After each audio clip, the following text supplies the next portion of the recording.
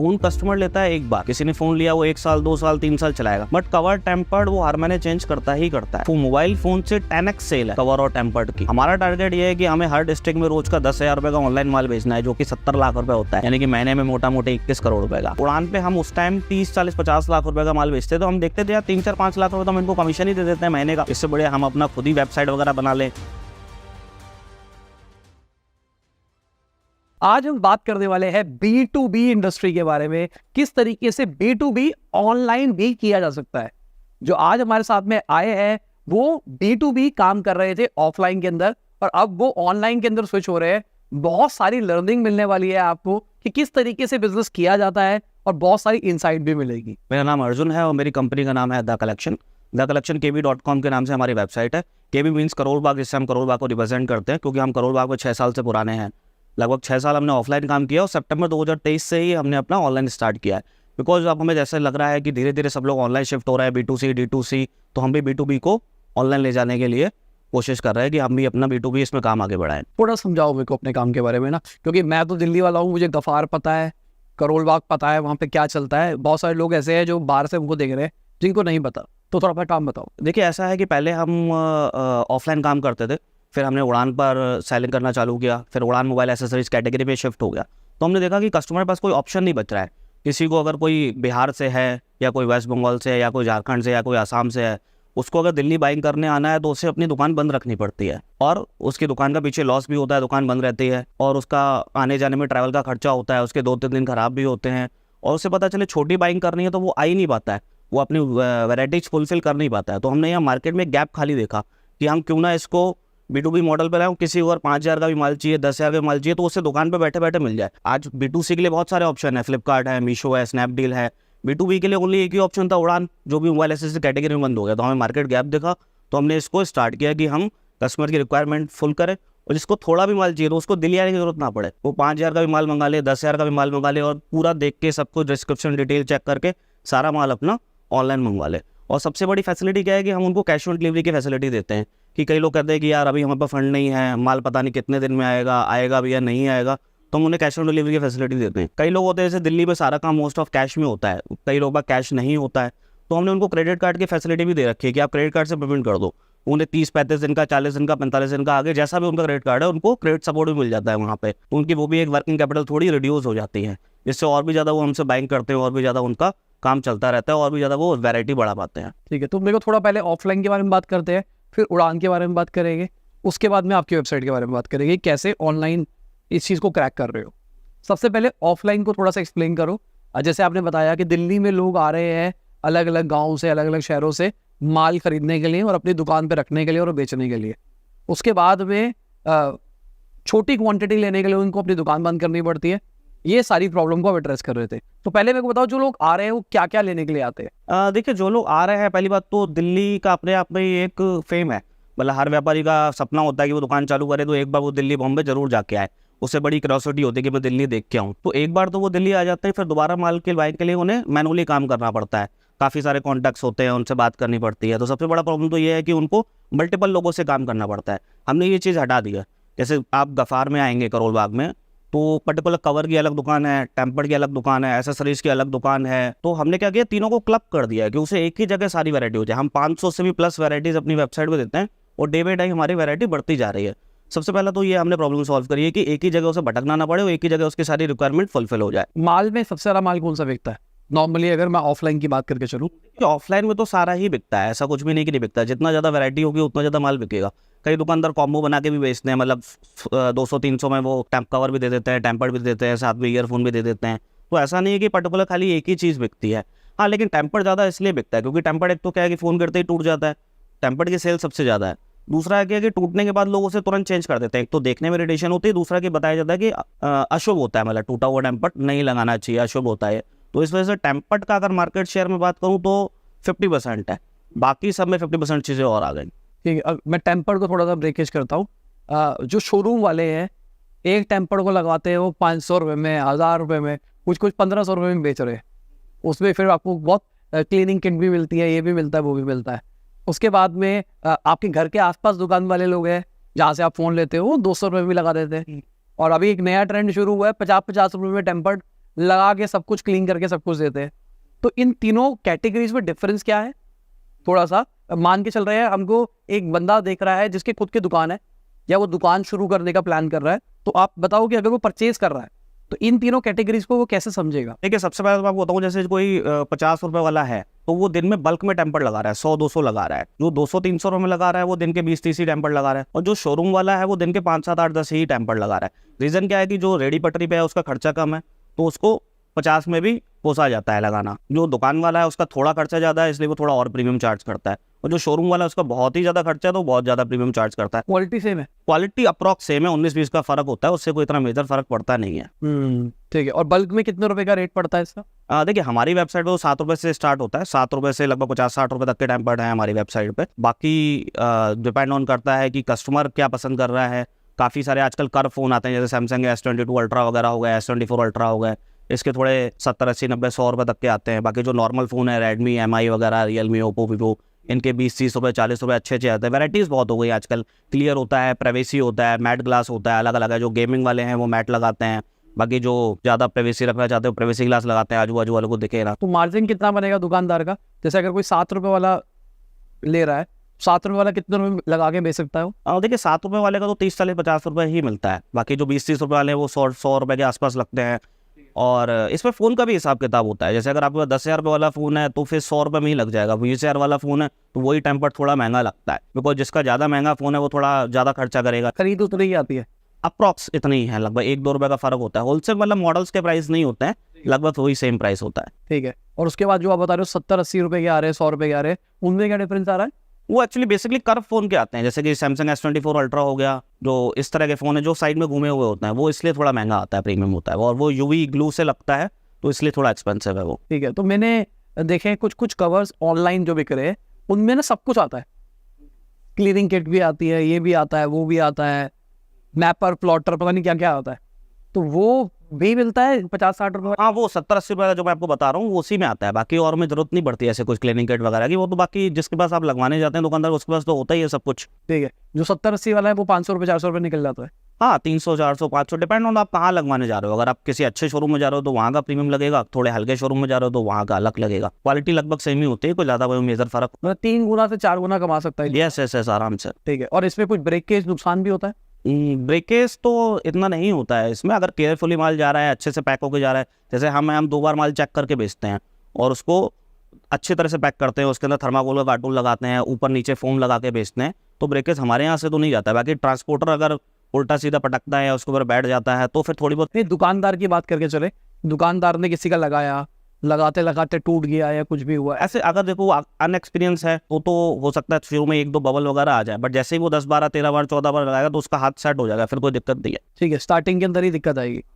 फिर उसके बाद की कैटेगरी क्या है? एक टेम्पर्ड का काम समझ में आ गया आपको, और क्या क्या प्रोडक्ट जो हाई वॉल्यूम में जाता है? हाई वॉल्यूम में उसके बाद देखिए सबसे ज़्यादा अभी जाता है नेक बैंड। नेक बैंड सबसे ज़्यादा इसलिए जाता है क्योंकि हमारे यहाँ गिग वर्कर बहुत हैं, जोमेटो, स्विगी, पोर्टर पे काम करने वाले। वो क्या होता है, ईयरफोन लगाते हैं तो वायर अटैच करता है, मतलब वायर उनको इरिटेट करता है, और वो TWS लगाते हैं तो गिर जाता है, वो चलते चलते बाइक चलाते हुए गिर गया। तो नेक बैंड क्या है, वो गले में फिट हो जाता है, वो गिरता नहीं है, तो वो सबसे ज़्यादा अभी अच्छा बिकता है और हर दुकानदार की वो नीड है, हर कोई लगता है वो। और कितने रुपए का, कितने रुपए में बिक सकता है मतलब? वो हमारी वेबसाइट पे लगभग 130 रुपये से स्टार्ट होता है, 200-250 रुपये तक होता है, फिर वो भी 400, 500, 600 रुपये में आगे सेल होता है। जो 130-150 वाला है वो 250-300 में बिकता है, मतलब 2x 3x तो हो ही जाता है। ठीक है। 2x 3x होता है।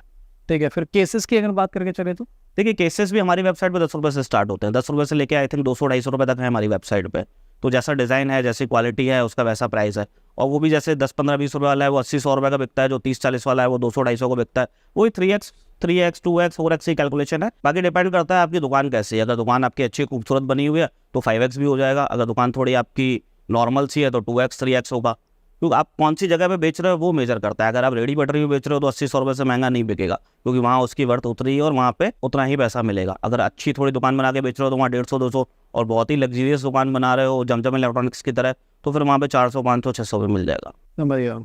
और अभी एक नई इंडस्ट्री बनती हुई दिखाई दे रही है स्किन्स की, ऑल्दो बहुत पुरानी थी बट अभी एक नई बन रही है। तो आपको लगता है कि स्किन मोबाइल केसेस को रिप्लेस कर पा रहा है? नहीं, ऐसा तो नहीं होगा स्किन मोबाइल केसेस को, क्योंकि अगर वो स्किन भी लगाएगा तो भी उसको ट्रांसपेरेंट कवर लगाना ही पड़ेगा, क्योंकि उसको सेफ्टी तो चाहिए ही। आजकल फ़ोन स्लिम आ रहे हैं, गिर जाते हैं, तो आजकल पीछे भी फ़ोन्स में ग्लास होता है, पीछे बैक साइड भी ग्लास होता है, तो ऐसा कोई है नहीं दिक्कत। और एक्चुअली दिक्कत सबसे बड़ा फ़ायदा क्या है, फ़ोन कस्टमर लेता है एक बार, किसी ने फ़ोन लिया वो 1 साल 2 साल 3 साल चलाएगा, बट कवर टेम्पर्ड वो हर महीने चेंज करता ही करता है।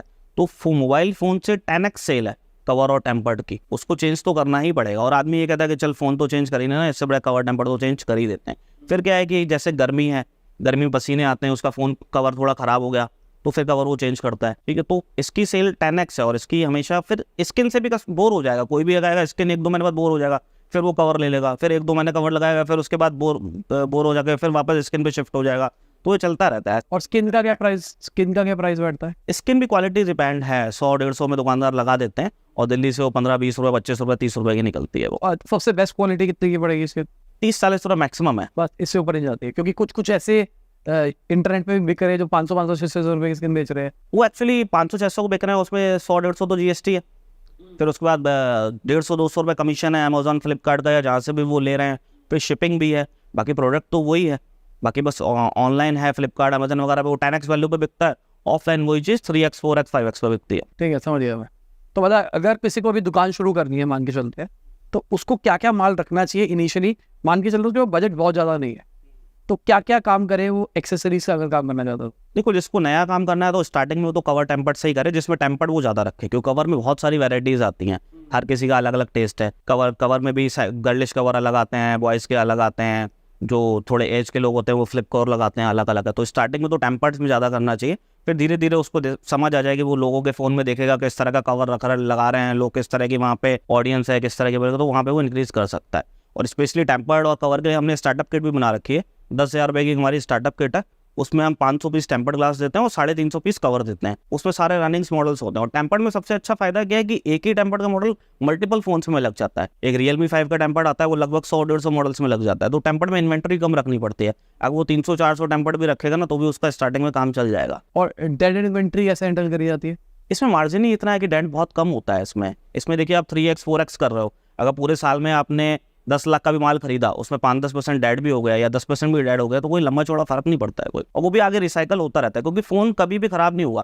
जैसे आपके पास iPhone 15 है, आप iPhone 16 पे शिफ्ट होगे तो iPhone 14 आप या तो घर में किसी को दोगे या टीम मेंबर में किसी को दोगे या किसी को सोल्ड आउट करोगे, तो वो भी तो कवर टेम्पर्ड नया लगाएगा ही। तो ऐसा नहीं है कि इसमें बिल्कुल अगर मॉडल चलना बंद हो गया तो कभी आएगा ही नहीं। आज भी बहुत 8-8 10-10 साल पुराने सैमसंग के फ़ोन आते हैं, ग्रैंड आता है, उसके कवर टेम्पर्ड आज भी बिकते हैं, ऐसी बात नहीं कि नहीं बिकते हैं, तो चलता रहता है ये। ठीक है। और डेड का कोई तरीका नहीं है, जैसे कि मान लो किसके पास पड़ी हुई है इन्वेंट्री, अब वो बिक नहीं था, और या फिर उसने टेंशन में खरीद ली वॉल्यूम, अब उसको लग रहा है यार अब पड़ा रह गया, अब क्या करें? फिर तो वही आजू बाजू वाले दुकानदार होंगे, उनको वो ऑफर कर सकता है अगर उसका माल नहीं बिक रहा है, बट ऐसे चांसेस बहुत कम होते हैं। फिर बाकी तो एक बार माल लेने के बाद तो देखिए कोई उसकी वैल्यू डाउन ही हो जाती है, चाहे आप गाड़ी भी खरीदोगे, नई शोरूम से बाहर निकलने के बाद उसके 1-2 लाख टूट ही जाते हैं, महीने 2 बार 1-2 लाख टूट ही जाते हैं। तो ऐसा कुछ उस तरह का है नहीं कि रिप्लेसमेंट वाला कुछ हिसाब किताब होता नहीं, क्योंकि एज अ होलसेलर हमारा मार्जिन इतना होता नहीं कि हम रिप्लेसमेंट फैसिलिटी भी उनको प्रोवाइड कराएं, और इतना समय भी नहीं होता है कि हम उसको भी केयर करें। बाकी हम अपनी तरफ से कोई अगर नया होता है तो उसको हम गाइड कर देते हैं कि हाँ तुम इस लोकेशन में रहते हो। जैसे पंजाब वाले हैं, पंजाब वालों को मैं सजेस्ट करूंगा वो iPhone, OnePlus वगैरह, सैमसंग के S22 अल्ट्रा वगैरह के लोग ज़्यादा रखें। अगर वेस्ट बंगाल, यूपी, बिहार में है तो वहाँ पे Redmi, Oppo, MI, Realme वगैरह ज़्यादा हिट होता है, तो उसके वो एसेसरीज वगैरह वहाँ पे रख सकते हैं। वो एक क्राइटेरिया होता है। थोड़ा और डिटेल में समझाओ, ये जो आपने 2 स्टेट बताई है थोड़ी और बताओ, और बाकी स्टेट्स के बारे में बताओ। हरियाणा में भी iPhones वगैरह ज़्यादा बिकते हैं, पंजाब, हरियाणा, और साउथ साइड में थोड़ा Realme और Oppo ज़्यादा बिकते हैं।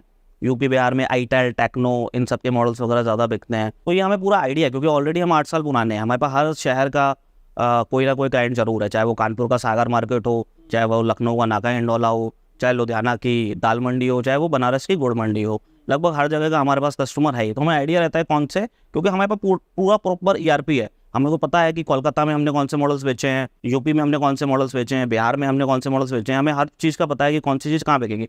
इसमें भी ये होता है कि अगर आप दिल्ली का ही एग्जांपल लेते हैं, अगर दिल्ली में आपके किसी पॉश एरिया में दुकान है तो वहाँ पे फिर Oppo, Realme वगैरह नहीं बिकेंगे, वहाँ पे फिर iPhones वगैरह के ही बिकेंगे। अब दिल्ली में कहीं आपकी दुकान इंदलोक है या शास्त्री नगर है, वहाँ पे तो फिर Oppo, Realme, MI ही बिकेंगे। तो डिपेंड करता है कि आपकी लोकेशन पॉश एरिया में है या थोड़े ठीक ठाक एरिया में है, उस हिसाब से वो अपना कलेक्शन वहाँ पे चूज कर सकता है। ठीक है, अब आते हैं उड़ान की तरफ। उड़ान से एक्सपीरियंस कैसा रहा आपका? देखिए उड़ान पे ऐसा था कि हम 2019-20 से हमने 2018 से उड़ान पे काम चालू किया था। 2018 में उनका वो कोई कमीशन नहीं चार्ज करते थे। 2019 में उन्होंने कमीशन चार्ज करना चालू कर दिया, मतलब 12-13% वो कमीशन लेने लगे थे B2B में। होलसेल में 12-13% बहुत मायने रखता है, तो प्रोडक्ट बहुत महंगा हो गया था। मतलब अगर कोई चीज़ 10 रुपये की आ रही है तो हमें वहाँ पे वो 13-14 रुपये की बेचनी पड़ती थी। 30-40% का हमें मार्जिन रखना पड़ता था, क्योंकि 12-13% उड़ान को ही चाहिए। फिर उसके अलावा हमारे भी खर्चे हैं, हमारे भी मार्जिन चाहिए उसमें। तो इस वजह से उड़ान पे हम उस टाइम 30-40-50 लाख रुपए का माल बेचते, तो हम देखते थे यार 3-4-5 लाख रुपए तो हम इनको कमीशन ही दे देते हैं महीने का। इससे बढ़िया हम अपना खुद ही वेबसाइट वगैरह बना लें, या हम खुद ही अपनी कोई ऐप वगैरह बना के काम कर रहे हैं। डेटा शेयर करते हैं उड़ान वाले? स्टार्टिंग में तो सब कुछ ओपन था, स्टार्टिंग में वो लोग डाटा प्राइवेसी नहीं रखते थे। बाद में उन्होंने नंबर हाइड करना चालू कर दिया। धीरे धीरे वो कमीशन के साथ साथ इवॉल्व होते गए, क्योंकि पहले तो उनको परवाह ही नहीं थी कि कमीशन तो मिलता नहीं है, तो नंबर ले भी लेगा तो हमें क्या करना है, भले वो काम करे। बाद में धीरे धीरे उन्होंने नंबर वगैरह हाइड करना चालू कर दिया। फिर धीरे धीरे वहाँ पे उड़ान पे कमीशन की वजह से माल बहुत कॉस्टली होने लगा। 10 रुपये का माल 14-15 में एक दुकानदार के लिए मायने रखता है। 40%, 50% माल महंगा हो जाता था, तो काफ़ी मायने रखता था। फिर उड़ान ने धीरे धीरे आफ्टर कोविड धीरे धीरे वो शिंक करता गया, सैलर्स कम करता गया, कमीशन 12-13% से 15-16% कर दी उन्होंने। फिर फिलहाल वो मोबाइल एसेसरीज कैटेगरी में काम नहीं कर रहा है। तो अभी 2023 में हमने फिर सोचा कि अब उड़ान का ऑप्शन नहीं है, और कोई लोग हैं कि जिनको उड़ान से ही लेना पसंद था, मतलब उनको दिल्ली आने का टाइम नहीं है, या वो नहीं लेना चाहते दिल्ली आके, तो हमने सोचा कि हम भी कुछ इस तरह का अपना वेबसाइट वगैरह बनाते हैं और अपना एप्लीकेशन वगैरह बना के काम चालू करते हैं। ठीक है। अब अगर मैं उड़ान की बात करके चलूँ तो वहाँ पे RTO कौन हैंडल करता था? उड़ान पे देखिए ऐसा होता था कि लॉजिस्टिक चार्जेस हमारे नहीं होते थे। हमारा काम था कि ऑर्डर आया, ऑर्डर पैक करके उड़ान के पिकअप वाले ले जाते थे, उनको दे देते थे। तो उड़ान पे हमारा RTO 25% था, 25%। लेकिन उसमें हमारा नुकसान नहीं होता था, क्योंकि लॉजिस्टिक उड़ान बियर करते थे, हम नहीं बियर करते थे। और हमारे खराब माल आ गया तो आपने माल भेजा? आता था, फिर उसके लिए क्लेम का डिस्प्यूट रेज करना पड़ता था, कस्टमर केयर पे बात करनी पड़ती थी। कभी कदा कस्टमर केयर वाले पास करते थे, कभी कदा नहीं भी करते थे। उसमें यही होता था, जो सपोर्ट टीम थी उड़ान की वो यही बोलती थी कि बायर बोल रहा है आपने गलत भेजा है, आप कह रहे हो कि बायर ने गलत भेजा है, अब हम किसकी माने? अब जो हमें अच्छे प्रूफ देगा, जो हमें अच्छे एविडेंस देगा, हम उसकी बात मानेंगे। फिर उसमें टाइम भी था, शुरू में 7 दिन का टाइम देते थे कि 7 दिन के अंदर कंप्लेंट रेज कर दो। फिर उसको शिंक करके 3 दिन कर दिया। तो समटाइम ऐसा होता था, काम ज़्यादा होता था, जो रिटर्न माल आया होता था खुल ही नहीं पाता था, वो हमें पता ही नहीं चलता था। तो फिर बाद में गिफ्ट मिलता था हमें कि अरे यार इसके अंदर तो डिनर सेट आया, इसके अंदर तो शू आया, इसके अंदर तो ये आया। लेकिन ठीक है, चल जाता था, मार्जिन होते थे तो चल जाता था काम। ठीक है। फिर उसके बाद अपनी वेबसाइट स्विच करी, अभी भी 25% RTO एक्सपीरियंस कर रहे थे? नहीं, हमने एक्चुअली उड़ान वाला सिस्टम नहीं किया। उड़ान पे क्या करता था कि कस्टमर से कुछ भी वो एडवांस नहीं लेते थे, सारा कैश ऑन डिलीवरी पे निकाल देते। हम कस्टमर से 499 लॉजिस्टिक चार्ज पहले ही एडवांस ले लेते हैं, और हमारा लॉजिस्टिक चार्ज फ्लैट है, 499 फ्लैट है। चाहे कस्टमर 1 लाख का माल ले, चाहे 2 लाख का ले, चाहे 10,000 का ले, चाहे 5,000 का ले, चाहे 20,000 का ले, कितने भी अमाउंट का अगर वो माल लेगा तो 499 फ्लैट कोरियर चार्जेस ही उसको देना है। तो वो हम एडवांस ले लेते हैं, जिससे कि हमारा RTO रेट कम हो, और हम भी श्योर हो जाएं कि कस्टमर माल लेगा। क्योंकि हमारा टाइम लगता है, आधा 1 घंटा हमें ऑर्डर निकालने में लग जाता है। फिर उसको हम 2 बार चेक QC करके बेचते हैं कि कस्टमर को ख़राब माल ना पहुँचे। फिर उसको पैक करते हैं, पैकेजिंग कॉस्ट भी आती है। फिर अगर रिटर्न आए तो फिर हमारा फिर उसमें नुकसान है। फिर 7-8 दिन माल पहुँचने में लग जाते हैं, 7-8 दिन फिर वापस आने में लग जाते हैं, 15-16 दिन ऐसे ही लग जाते हैं। तो हमारी फिर वर्किंग कैपिटल ब्लॉक होगी। दैट्स वाई हम 499 पहले लेते हैं, उसके बाद हम उसका माल शिप करते हैं। ठीक है। और इसकी वजह से RTO में कहाँ? हमारा RTO ओनली 2% है। अच्छा, 25% से 2% आ गया ये करके। और लॉजिस्टिक हैंडल कैसे किया जाता है, मतलब कौन सी कंपनी से?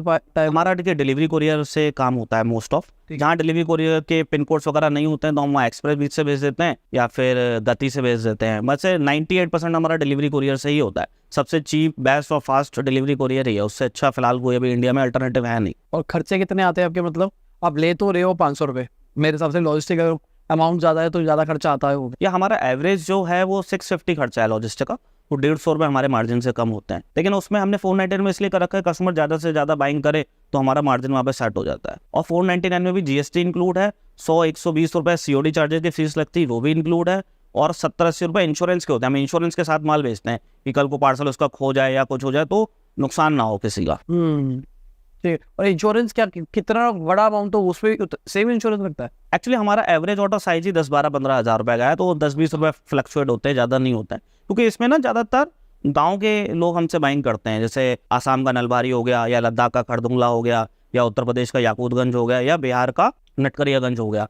तो वो 10-12-15 हज़ार की ही ज़्यादातर बाइंग करते हैं, वो 1-2 लाख रुपए का ऑर्डर कम प्लेस करते हैं। और एक्सेसरीज में लाख रुपए का ऑर्डर बहुत बड़ा हो गया? ऐसा तो नहीं है, लाखों रुपए के ऑर्डर हमारे पास आते नहीं है, बट कम आते हैं। बहुत बड़ा तो कुछ भी नहीं होता, जिसका जैसा व्यापार है उसके लिए कुछ भी बड़ा नहीं है। जिसका व्यापार अगर स्टार्टिंग है तो नहीं, नॉर्मली एक दुकानदार के लिए लाख रुपए की इन्वेंट्री बड़ी हो गई या चलता है?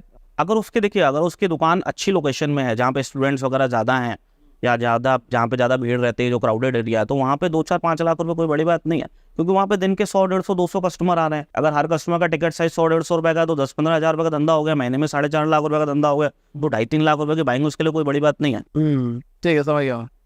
ठीक है, अब अगर उड़ान वर्सेस खुद की वेबसाइट के प्रोज कॉन्स की बात करके चले, तो क्या आपका एक्सपीरियंस रहा? देखिए, उड़ान तो एक बड़ी कंपनी थी, वो काफ़ी सारे कैटेगरी में काम कर रही थी, हम खाली मोबाइल। आपका एक्सपीरियंस, सिर्फ आपका एक्सपीरियंस, अगर आप पर्सनली एज अ सेलर उड़ान पे बेच रहे थे और आप अपनी खुद की वेबसाइट पे बेच रहे हो, तो दोनों के अंदर आपने क्या सीखा कि यार उड़ान में ये चीज़ अच्छी थी बट हमारे काम में ये चीज़ अच्छी है?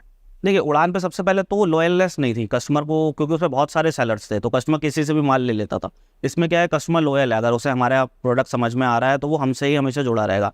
दूसरा, हमें कमीशन नहीं देना किसी को, सब कुछ हमारे हाथ में, मार्केटिंग हमारे हाथ में, हमें पता है कहाँ से ऑर्डर आ रहा है, कहाँ पे हमें मार्केटिंग करनी है, और कस्टमर को हम नोटिफिकेशन भी भेज सकते हैं कि आज हमारे पास ये नया आया है, व्हाट्सअप मार्केटिंग कर सकते हैं, उसको बता सकते हैं। उड़ान में ये सब चीज़ें नहीं थी, और हम ऐसा नहीं कि उड़ान का जो कमीशन हमारा बच रहा है वो हम सारा खुद ही रख रहे हैं, हम प्राइस भी डिस्क्रीज करते हैं। अगर आज भी उड़ान या उड़ान जैसे कोई और B2B पोर्टल चालू होता है तो उनके प्राइस हमसे ऊपर ही रहेंगे, क्योंकि हम तो डायरेक्ट ही हो गए, हमें तो किसी को कमीशन देना नहीं है, तो उसका फायदा हम सीधा ग्राहक को ही देते हैं, ग्राहक को ही पास ऑन कर रहे हैं हम। और उड़ान में ऐसे क्या फ़ायदे थे जो आपको लगा यार ये चीज़ें उड़ान में ज़्यादा अच्छी थी? उड़ान में हमारी मार्केटिंग कॉस्ट नहीं लगती थी ना वाली, खाली कमीशन देना होता था, ऑर्डर आएगा तो कमीशन देना है तो ठीक है। इसमें हमें मार्केटिंग में हर महीने 5-6 लाख रुपये बजट लगाना पड़ता है, उसके बाद हमें ऑर्डर्स आते हैं। तो मार्केटिंग कैसे कर रहे हो अभी करेंट? मार्केटिंग हम मेटा पे कर रहे हैं मोस्ट ऑफ, हम वीडियो प्रमोशन ऐड वगैरह चलाते हैं, वहाँ से हम वेबसाइट ट्रैफिक जनरेट करके वहाँ से ऑर्डर्स वगैरह लाते हैं। और वेबसाइट से सीधा कन्वर्जन होता है? क्योंकि मैंने अभी आपसे भी डिस्कस कर रहा था, वेबसाइट में मुझे उतना मज़ा नहीं आया, तो मुझे लगा कि यार अगर 5-6 लाख रुपए की एड रन कर रहे हो और वेबसाइट में उतना मज़ा नहीं है तो कन्वर्जन रेट खराब ही होगा। नहीं, कन्वर्जन है, ROS तो हमारा 20x है,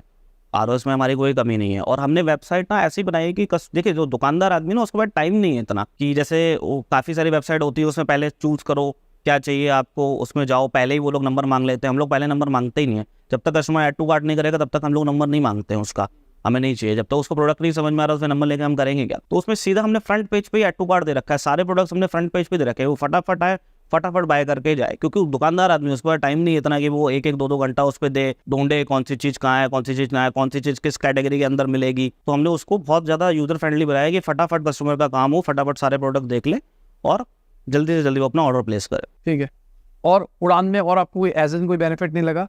यहाँ पे भी नहीं होता गलत काम कि लोग बदल के कुछ और देते हो? यहाँ पर अभी तक तो हमारे साथ नहीं हुआ है, क्योंकि हम यहाँ से कोई भी ऑर्डर शिप करते हैं तो हम उसकी वीडियो रिकॉर्ड करके भेजते हैं। हर पार्सल की वीडियो रिकॉर्ड होती है, और हमारे यहाँ हम खुद ही सेलर, उसमें तो क्या मीडिएटर था ना, उसमें वही वाली बात होती थी, बायर बोलता था सेलर ने गलत भेजा है, सेलर बोलता था बायर ने गलत भेजा, तो उसकी सुनवाई करे कौन? उड़ान। तो उड़ान को जहाँ सही लगता था, जहाँ कंफर्ट आया, उसने वहाँ क्लेम पास ऑन कर दिया। इसमें तो हम खुद ही कस्टमर से डायरेक्ट कनेक्टेड है, हमको तो पता ही है हमने सही माल भेजा है, तो इसमें ऐसा कोई इशू है नहीं। ठीक है, अब मैं सोर्सिंग पे आता हूँ, माल कहाँ से लेते हो? डायरेक्टली इंपोर्ट कर रहे हो या गफार में बाकी लोगों से भी? इंपोर्ट भी करते हैं, और दिल्ली NCR में आजकल लोकल फैक्ट्रीज काफ़ी हो गई हैं, जो लोकल फॉर वोकल, जैसा कि प्रमोशन चल रहा है अभी लोकल फॉर वोकल का, तो हम यहाँ से भी सोर्सिंग करके माल अपनी वेबसाइट पे ऑनबोर्ड करके बेचते हैं। तो अगर मुझे बताओगे ये काम शुरू करने से पहले आप क्या कर रहे थे और कैसे फिर आगे आगे ट्रांजिट किया था, थोड़ी अपनी स्टोरी बताओ। देखिए, पहले तो मैं फुटवेयर शॉप पे सेल्समैन था 2009 से 2013 तक, तो 2012-13 में फ़ोन नए आए थे, एंड्रॉयड फ़ोन वगैरह, तो मेरे पास भी पहले ही शायद मैंने फ़ोन 2012-13 में एंड्रॉयड लिया था। मैं फ़ोन के लिए बहुत एडिक्टेड हो गया था, मतलब सारा दिन मैं फ़ोन चलाता रहता था, काम में ध्यान मेरा नहीं रहता था। तो मेरा बॉस बड़ा नाराज़ था कि यार तुम अब फ़ोन में ध्यान देते हो तो अब तुम स्विच कर लो, हमारे यहाँ नहीं चल पाएगा। तो फिर मैंने सोचा कि यार फ़ोन की एडिक्शन तो भाई, तो क्यों ना हम अपनी मोबाइल शॉप ही ज्वाइन कर लेते हैं। तो फिर मैंने मोबाइल शॉप पे ज्वाइन करी, तो वहाँ पे मैं एज ए सेल्समैन ही था। तो वहाँ पे मैंने नोटिस किया कि यार 10-12 हज़ार रुपये का फ़ोन बेचने में भी 100-150-200 रुपये मार्जिन है, और उस टाइम स्क्रीन गार्ड चलते थे, टेम्पर्ड ग्लास नहीं आता था उस टाइम, तो स्क्रीन गार्ड में भी लगभग उतना ही मार्जिन है। तो ये काम ज़्यादा अच्छा है, कम इन्वेस्टमेंट पे है, कम इन्वेस्टमेंट पे काम ज़्यादा बेटर है। फ़ोन्स में गारंटी वारंटी देनी पड़ती है, सर्विस सेंटर के झमेले देखने पड़ते हैं, इसमें तो कुछ है ही नहीं, यूज़ एंड थ्रो है, कस्टमर को बेचा और उसके बाद फ्री हो गए हम। तो उसके बाद फिर हमने 2014 से 2017 तक हमने जयपुर राजस्थान में ही काम किया था। पहले मैं जयपुर में था, जयपुर राजस्थान में हमने अच्छा काम किया, पूरे राजस्थान में हम होलसेल करते थे, कोटा जो। और ऑन बोर्ड कैसे करते थे लोगों? हम मार्केटिंग करते थे जाके ऑफलाइन, वहाँ पता करते थे वहाँ पे होलसेल मार्केट कौन सी, वहाँ पे दुकानों को विजिटिंग कार्ड दे के आते थे, उनका व्हाट्सअप नंबर सेव करा के आते थे, फिर उनको ब्रॉडकास्ट में ऐड करते थे।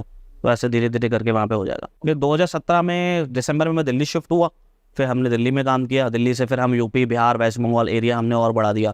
कि आप पूरे पैन इंडिया काम करते हैं, क्योंकि जयपुर में खाली राजस्थान तक ही हम काम कर पाते थे। दिल्ली आके हमें पंजाब का भी एक्सेस मिल गया, यूपी बिहार, मतलब ओवरऑल साउथ छोड़ के लगभग सारा एरिया हमें मिल गया। फिर वहाँ पे भी हमने वही स्ट्रेटेजी अपनाई कि हम वहाँ पे जाते थे लखनऊ में, वहाँ होलसेल मार्केट पता किया कि हाँ नाका हिंडोला है, वहाँ पे जाके दुकानदारों से मिले, उनके नंबर सेव किए, उनको अपना नंबर सेव कराया, उनको प्रोडक्ट दिखाया, सैंपल दिखाया, तो धीरे धीरे ऐसे करके सेट हो गया।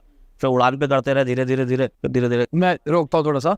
जयपुर जब कर रहे थे काम, तो जयपुर कहाँ से ऑपरेट कर रहे थे? जयपुर हम दुकान थी अपनी, हाँ दुकान थी, और एक नॉर्मल रिटेल दुकान थी, या हम 6 महीना रिटेल किया था, उसके बाद होलसेल पे शिफ्ट हो गया। और माल कहाँ से करे थे? दिल्ली से लेके आता? तब हम दिल्ली से लेते थे। ठीक है। उसके बाद जब दिल्ली में दुकान बनाई तो कहाँ पे बनाई? दिल्ली में करोल बाग गफार सीधे ही गफार मार्केट। और किराए पे ली थी पहले? अभी भी रेंट पे ही है हम, गफार में सब बिजनेस में लगा। क्योंकि गफार जिनको नहीं पता बहुत महंगी दुकानें हैं, अंत दुकानें हैं, छोटी छोटी दुकानों से करोड़ों रुपए की सेलें हो रही है वहाँ पर। ठीक है। और उसके बाद आगे कंटिन्यू, सॉरी, उसके बाद आगे के बाद जैसे कि अपना हम देख रहे थे कि उड़ान पे हम माल कर ही रहे थे, उसके बाद हमने सोचा कि अब उड़ान तो कर नहीं रहे हैं मोबाइल एसेसरीज काम, तो हम अपना ही बना लें।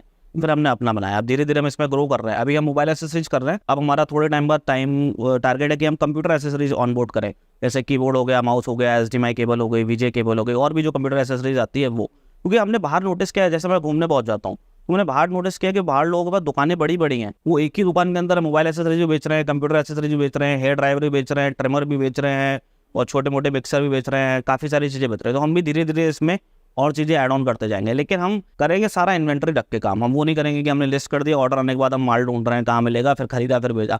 हम इन स्टॉक रखेंगे, अच्छे प्राइस पे उसकी सोर्सिंग करेंगे, कम से कम प्राइस पे सोर्सिंग करके अपनी वेबसाइट पर लिस्ट करेंगे, कम से कम मार्जिन रख के अपने कस्टमर को पास ऑन करेंगे। ठीक है।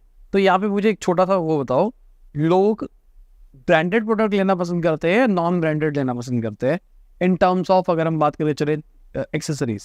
देखिए एसेसरीज में कवर टेम्पर्ड पे तो ऐसा कोई नॉन ब्रांड है भी नहीं, ठीक है। कवर टेम्पर्ड तो जेनरिक ही चलते हैं, बस ब्रांड नेम अलग अलग रख देते हैं लोग अपने नाम। आजकल वो चल गया ना, कुछ महंगे महंगे आते हैं, स्पाइजन का आता है एक, स्पाइजन ने अपना केसोलॉजी बना, वो सब और मोस्ट ऑफ चाइनीज ब्रांड ही हैं, और यहाँ पे जो जेनरिक है कोई ब्रांड से कोई इतना लंबा चौड़ा फर्क पड़ता नहीं है। दूसरा क्या है कि हमारे इंडिया में 90% पॉपुलेशन की मंथली इनकम 10,000 रुपये के आसपास ही है, तो वो इतने महंगे ब्रांड के प्रोडक्ट्स नहीं अफोर्ड कर सकते।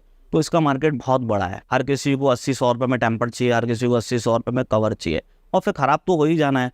अगर कवर टेम्पर्ड है, अगर फ़ोन गिरेगा तो टेम्पर्ड चाहे किसी का भी टूटना तो है ही, ठीक है। कवर भी है, पसीने से ख़राब होना ही है, 1-2 महीने बाद कस्टमर बोर भी हो जाता है कि यार अब बहुत पुराना हो गया, अब चेंज करते हैं इसको। तो ऐसा कोई इसमें है नहीं, मुझे नहीं लगता इसमें कोई ब्रांड की ज़रूरत है, ये जेनरिक ही बिकता है। और ब्लैक ब्रांड में भी ऐसा ही है, जैसे अभी बोट वोट जैसे ब्रांड्स आ रहे हैं जो कम रेट के अंदर ठीक ठाक क्वालिटी दे देते हैं, तो वो हो गए। देखिए बोट का आई थिंक मेरे ख्याल में 600-700-800 रुपये का होगा। हमारे देखें आप जो दुकानदार हमसे खरीदता है वो 250-300 रुपये में बेच देता है, तो 300 रुपये भी आपके मेरे लिए शायद बड़ी बात नहीं होगी, बट जिसकी इनकम ही 10-12 हज़ार रुपये, उसके लिए 300 रुपये एक दिन की दिहाड़ी होती है, तो वो 250-300 वाला ही प्रेफर करेगा। फिर वही वाली बात है, 600 रुपये में फ्लिपकार्ट अमेजन पे मिल रहा है, उस पर 100-150 रुपये GST है, 100-150 रुपये कमीशन है, तो प्रोडक्ट तो ऑलमोस्ट देखा जाए उतने का ही आसपास का होता है, बस खाली नाम का फ़र्क है। ऐसा कोई मेजर जरूरत होती नहीं है ब्रांड्स की। तो कभी B2C ट्राई किया B2B करने के बाद? नहीं, एक्चुअली B2C ट्राई हमने किया भी नहीं और करना भी नहीं, क्योंकि हमें किसी छोटे दुकानदार का काम खराब करना नहीं है, हमें तो अपना B2B ही करना है और हमें दुकानदारों के लिए ही काम करना है। नहीं, अपना खुद का ब्रांड निकालना है, मतलब मैं यहाँ पे बात कर रहा हूँ, जैसे एग्जांपल के लिए अब आपको over the period of time काम करके मार्केट बन रही है, लोग आपसे माल ले रहे हैं, तो टेम्पर्ड आप ले ही रहे थे, पर टेम्पर्ड आप अपने नाम से बेचना शुरू कर दिया। कवर्स आप ले ही रहे थे, कवर के केस के ऊपर अपनी ब्रांडिंग करानी शुरू कर दी, तो ऐसा कुछ प्लान है गोइंग फॉरवर्ड? इस तरह का हम अगर ब्रांड बनाएंगे भी तो हम दुकानदारों के लिए बनाएंगे, हम B2C में नहीं बेचेंगे उसको, हम दुकानदारों को देंगे। आप मार्केटिंग वगैरह सब हम सारी खुद ही करेंगे, बट हम दुकानदारों को देंगे कि वही लोग उसको सोल्ड आउट करें। क्योंकि आज भी देखा जाए तो ऑनलाइन का मार्केट 12-13% है, 87% पब्लिक आज भी ऑफलाइन ही लेती है। लोगों को एक्सपीरियंस करके खरीदने में ज़्यादा मजा आता है, उनको देखते हैं कवर अलग अलग तरह के लगा के देखते हैं फ़ोन में, तो ऑनलाइन वो चीज़ें पॉसिबल नहीं है, तो हमें वहीं जाना है जहाँ ज़्यादा ऑडियंस है। ठीक है। और अगर मैं एवरेज ऑर्डर वैल्यू की बात करके चलूँ स्टेट वाइज, तो थोड़ा सा उसका भी ब्रेकेज दोगे कि कहाँ पे किस स्टेट से एवरेज ऑर्डर वैल्यू कितना आता है आपका? वो लगभग सब जगह से बराबर ही है, 10-12-13 हज़ार रुपये का ही ऑर्डर होता है। क्योंकि आप देखो ना 20-30 रुपये का एवरेज प्राइस हो जाता है हमारा कवर टेम्पर्ड का, देखा जाए तो 10-12 हज़ार में 500-600 पीसेज आ जाते हैं। अगर वो रोज के 20-30-40-50 पीस बेचेगा तो 10-15 दिन की वो इन्वेंटरी हो जाती है। और क्वालिटी वाली बात करके चले तो कि किस टाइप की क्वालिटी प्रेफर करता है किस स्टेट वाला बंदा, या सबके सब वही जेनरिक लेना पसंद? देखिए साउथ साइड में थोड़े सोबर ज़्यादा चलते हैं, वहाँ ब्लैक कलर थोड़ा ज़्यादा पसंद करते हैं, और वेस्ट बंगाल बिहार वगैरह में थोड़े रेड हो गए या ऑरेंज हो गए, ग्रीन हो गए, ब्लू कलर हो गए, इस तरह के कलर ज़्यादा पसंद करते हैं। तो सब जगह का थोड़ा अलग अलग सेगमेंट। नॉर्थ बेल्ट में? नॉर्थ बेल्ट पे ज़्यादा कलरफुल चलते हैं। चटक। हाँ, अब वो 3D वाले भी चलते हैं क्या? काफ़ी सारे हमारी वेबसाइट पे लगभग 300-400 तरह के कवर हैं। हर किसी का अलग अलग टेस्ट है, हर कोई अलग अलग अपने हिसाब से मंगाता है। जो आपको अच्छा लग रहा है पहले तो आप वही ट्राई करो, पहले वही मंगाओ। जो आपको ही नहीं अच्छा लगेगा वो फिर बेचोगे कैसे आप? और जो आजकल कस्टमाइजेशन का काम चल रहा है, नॉर्मली कस्टमाइज लेवल का ना वो B2C लेवल पे ही हो सकता है, वो B2B पे आप उनको मतलब आपकी वेबसाइट पे ऐसा प्रोडक्ट है जिसको कस्टमाइज करके आगे बेचा जा सकता नहीं, इस तरह का हमारे पास कोई भी। है? जैसे प्लेन केसेस होते हैं, प्लेन केसेस के ऊपर भी शायद मेरे हिसाब से print करते हाँ, अगर प्लेन केसेस हमारे पास हैं, ट्रांसपेरेंट केसेस, अगर उसके पास प्रिंटिंग मशीन है तो वो हमसे प्लेन कवर लेके प्रिंटिंग करके आगे सोल्ड आउट कर सकता है। हैं। ठीक है, तो आपको लगता है कस्टमाइज का मार्केट बढ़ेगा आने वाले टाइम में या नहीं? इतना एक्चुअली देखिए, अब लोग बिजी होते जा रहे हैं तो लोगों का इतना टाइम ही नहीं है वो अपना दिमाग लगा के कस्टमाइज कराएं। गिफ्टिंग में थोड़ा बहुत चलता है तो चलता है, बाकी तो कस्टमर को दूसरे लोगों को दूसरों की पसंद ही ज़्यादा पसंद है। दो दोस्त भी अगर खरीदने जाते हैं तो अपने दोस्त से पूछा ये कैसा लग रहा है, वो कहता है ये अच्छा लग रहा है, हाँ ये लेना है। तो मुझे थोड़ा कस्टमाइजेशन कम समझ में आता है। तो थोड़ा सा मुझे इस इंडस्ट्री के डार्क सीक्रेट्स के बारे में बताओ, जो मतलब नॉर्मल पब्लिक, मैं मान के अब रिटेलर्स की बात नहीं कर रहे, नॉर्मल पब्लिक के लिए कि क्या क्या घोटाले चल रहे हैं इस इंडस्ट्री के अंदर, कि हम सोचते हैं कि यार ये चीज़ अच्छी है हमारे लिए, पर वो चीज़ उतनी अच्छी नहीं होती जितनी हमको लगती है। इस तरह का कोई डार्क सीक्रेट तो नहीं है। बाकी अपना ऑफलाइन बाइंग करो तो वही प्रोडक्ट आपको आधे रेट पे मिल जाएगा। सबसे बड़ा डार्क सीक्रेट तो यही है, लोग फ्लिपकार्ट अमेजन से लेते हैं तो वहाँ मैंने जैसे ही बताया आपको कि कमीशन वगैरह बहुत होते हैं तो वो प्रोडक्ट आपको महंगा मिलता है। तो मैं तो यही कहूँगा ऑफलाइन लो, वही एक मुझे डार्क सीक्रेट नज़र आता है। चार्जिंग की तारों की क्वालिटी, नकली माल भी बिकता है। गफ़ार में अगर जाते हैं तो गफ़ार में आपको बॉस के हेडफोन्स मिल जाएंगे 200 रुपये के, 300 रुपये के। वो कस्टमर डिमांड कर रहा है इसलिए वो लोग बेच रहे हैं, वरना हम तो नहीं, फिर उसके बाद वो आगे भी तो बेच रहे हैं ना। देखिए वो सब कुछ डिमांड कस्टमर की है, जैसा कस्टमर डिमांड करता है वैसा प्रोडक्ट सोर्स करना पड़ता है। तो इसमें कोई डार्क सीक्रेट वाली बात नहीं है। अगर उनको दिखाना ही 200-300 रुपये खर्च करके बहुत सा दोस्त में हम क्या कर सकते हैं? हमारा काम तो कस्टमर की डिमांड फुलफिल करना है, राइट? नहीं, मैं बहुत पहले की बात बता रहा हूँ, ये बात है शायद 2009-10 टाइप्स वाली। उस टाइम पे गफ़ार में ना आपको हेडफोन्स वगैरह मिला करते थे, डॉक्टर ड्रे, बीट्स वीट्स, ऐसे वाली चीज़ें मिलती थी, और वो बेचते थे 600-700 रुपये में। कहता है AAA कॉपी है, और कहते हैं कि यहाँ से लोग लेके जाते हैं और अपनी दुकान पे ओरिजिनल कह के बेचते हैं। ऐसे भी होता है? ऐसा कुछ दुकानदार करते हो तो करते हो, बाकी ऐसा कोई ज़रूरी नहीं है कि सारे दुकानदार ही ऐसा करते हैं। और अगर आपको कोई चीज़ है सेम क्वालिटी की अगर कम प्राइस में मिल रही है ओरिजिनल से तो इसमें आपका ही फ़ायदा है। और लोगों को पता तो लगता नहीं है। जैसे अभी जो एप्पल के आ गए हैं, डिट्टो कॉपी है। मतलब कई लोग तो मैंने सुना है अमेजोन पे भी मिल रहे हैं, वो नकली भी हो सकते हैं।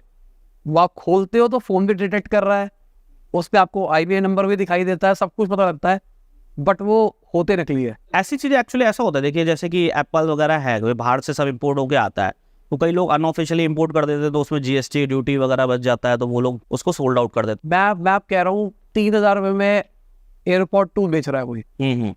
तो वो तो और वो फ़ोन डिटेक्ट करके देगा आपको, उसमें नॉइज़ कैंसिलेशन भी काम कर रही होगी, और उसमें सारा ऑप्शन आएगा आपके पास सारे। मतलब एक बंदा जिसने अभी तक एप्पल यूज़ नहीं किया, जिसको क्वालिटी की डेफिनेशन नहीं पता है, वो बेचारा देख रहा है, उसको सीरियल कोड ना समझ में आता है, वो सीरियल कोड सर्च मार के देख रहा है, डब्बे की पैकेजिंग वैकेजिंग देख रहा है, सब कुछ बढ़िया लग रहा है, और वो आगे बिक रहा है। उसको तो बेचारे को मिल तो गया 6000 रुपये में, 7000 रुपये में, सोच के कि भाई मेरे को 24-25 हज़ार रुपये वाली आइटम 6-7 हज़ार रुपये में मिल गई, बट हुआ तो उसके साथ गलत ही ना। नहीं, गलत कैसे हुआ? 24-25 हज़ार उसको 6,000 में प्रोडक्ट मिल रहा है, वो बनता तो चाइना में ही है ना, तो वहाँ से 3,000 रुपये में आगे अगर 6-7 हज़ार में बिक रहा है तो एप्पल अपना प्रीमियम चार्ज करता है। कॉस्टिंग तो ऑलमोस्ट सबकी सेम ही आती है। आप भी एप्पल जैसा अगर एयरपोर्ट चाइना से जाके बनवाना चाहोगे तो वो आपको ही बना के दे देंगे, लेकिन आप जितना प्रीमियम चार्ज करो, अब एप्पल को प्रीमियम चाहिए 5x 6x, तो उसमें तो कस्टमर को पैसे भी तो कम ही लिए। कस्टमर से 24,000 लिए तो गलत है, कस्टमर से लिया भी तो 6-7 हज़ार ही है, और कस्टमर को खुद पसंद होगा तभी तो लिया है उसने। और कई लोग तो OLX पे बेच देते हैं। मैंने क्या देखा है, एक नया ट्रेंड शुरू हुआ था, नकली लेके आते हैं कपार से, थोड़ा सा उसको गंदा करते हैं, उसको OLX पे सेकंड हैंड कह के बेच देते हैं। वो तो देखिए अब इसमें स्कैम करने वाले तो बहुत तरह के स्कैम हैं, होते रहते हैं। वो तो कस्टमर को जागरूक बनना है, कस्टमर को समझदार बनना है। अगर उससे प्रीमियम ओरिजिनल का चार्ज हो रहा है तो उसे ओरिजिनल ही मिलना चाहिए, और अगर उससे प्रीमियम ही ओरिजिनल का चार्ज नहीं हो रहा है तो फिर तो उसमें उसको पता ही है कि 6-7 हज़ार में मुझे क्या ही मिलेगा। आपके साथ कोई स्कैम हुआ अभी तक? नहीं, मेरे साथ तो ऐसा कोई स्कैम नहीं हुआ है, हम तो जागरूक बयान है। कोई भी ऐसा नहीं हुआ कि B2B के अंदर ही किसी बंदा पैसा ले गया, उधार के ऊपर ले गया? उड़ान के साथ ऐसा होता था। उड़ान में जब हम माल बेचते थे तो कई बार होता था हमने भेजे कवर है, हमें आ गया डिनर सेट, या हमने भेजे कवर थे, हमारे पास आ गया शूज़। इस तरह का उड़ान में होता था। वो स्कैम की कैटेगरी में हम। उधार में नहीं हुआ कि कोई उधार खा गया हो, गायब हो गया हो? प्लान में होता है थोड़ा बहुत, बट ठीक है वो चल जाता है। टर्नओवर हेल्दी होता है हमारा, तो अगर 1-2% NPA है तो चल जाता है, इतना ऐसे कोई दिक्कत नहीं, क्योंकि बिना उधार के ऑफलाइन इंडस्ट्री बिना उधार के कोई काम है नहीं, तो वो चल जाता है, तो इट्स पार्ट ऑफ बिजनेस। और एवरेज अगर बात करके चले कितना मार्जिन होता है? देखिए हम तो 25% के GP आसपास रखते हैं, जिसमें 5-7% हमारे ऑपरेशन कॉस्ट है, 5-7% हमारा मार्केटिंग का खर्चा भी आता है। हमारे हाथ में तो 8-10% ही आता है, जो कि बहुत ही कम है, लेकिन फिर हमारा काम बल्क में है, धीरे धीरे हम उसको चला रहे हैं।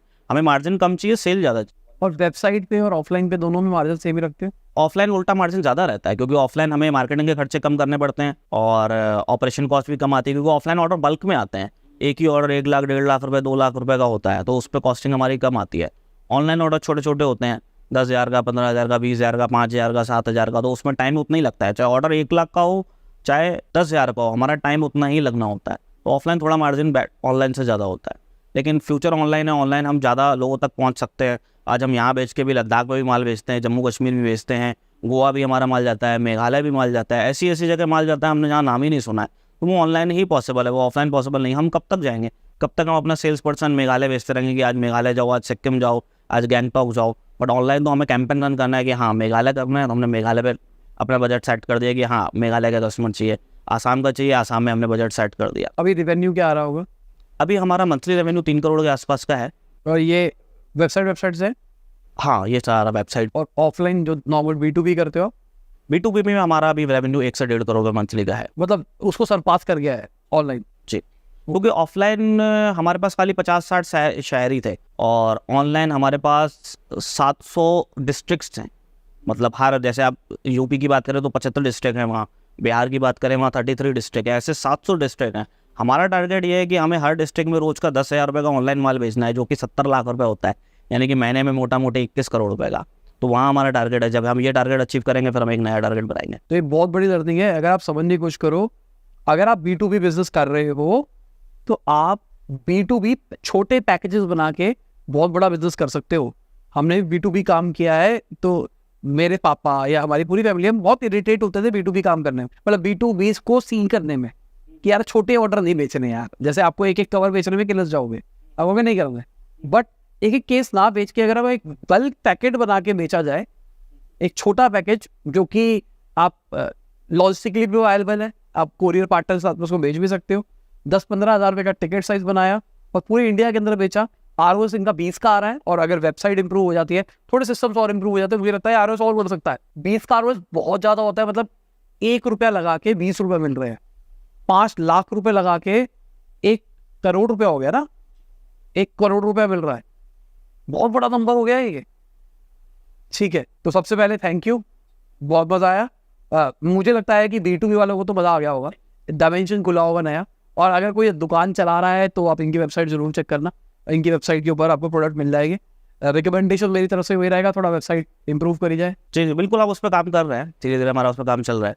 हम भी धीरे सीख रहे हैं, हमें भी अपनी वेबसाइट बनाए हुए 1 साल हुआ है, हम भी डे बाई डे सीख रहे हैं, लोगों से फीडबैक ले रहे हैं, कस्टमर्स हमें गाइड कर रहे हैं, और भी जो मेंटोर्स वगैरह हैं हमारे, जैसे यूट्यूब पे हम काफ़ी लोगों के वीडियोस वगैरह देखते हैं, उनसे भी थोड़ा थोड़ा सीख के हम डे बाई डे इंप्रूव कर रहे हैं। ठीक है, सबसे पहले थैंक यू। तो इसी के साथ में आज की वीडियो खत्म होती है। उम्मीद करता हूं आपको मजा होगा। लाइक कर देना, शेयर कर देना, कमेंट बताना वीडियो कैसी लगी। बाय, गुड नाइट, शब, गुड हाफिज़, गुड मॉर्निंग, आफ्टरनून, जब भी आप वीडियो देख रहे हैं। जय हिंद, वंदे मातरम।